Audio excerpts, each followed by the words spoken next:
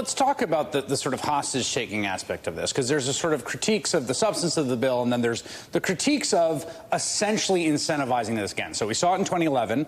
They did it again. It's now pushed through to 2025, right? The next time they'll have to raise a debt ceiling deal. Now, let's say you have a President Biden and a Republican Congress. Again, not a crazy idea, right? It's like, okay, well, we're going to go through this every time.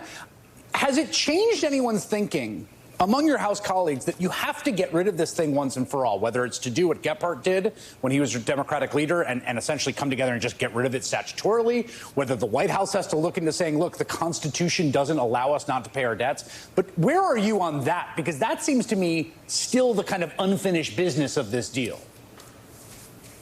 Yes, I think very good point, Chris. It's an all of the above approach.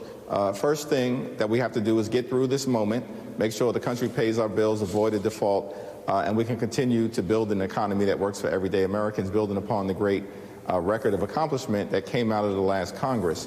But we also have to find our way out of enabling extreme right-wing individuals in the Congress to use the debt ceiling down the road to take us down this hostage-taking exercise and try to extract a painful ransom.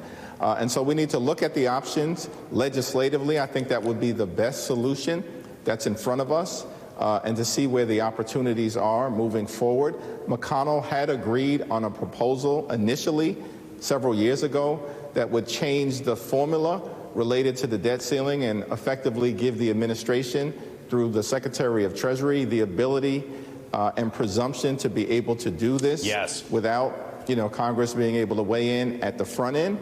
So I think we need to look at that because it's a proposal that the Senate Republicans have at least supported in the past.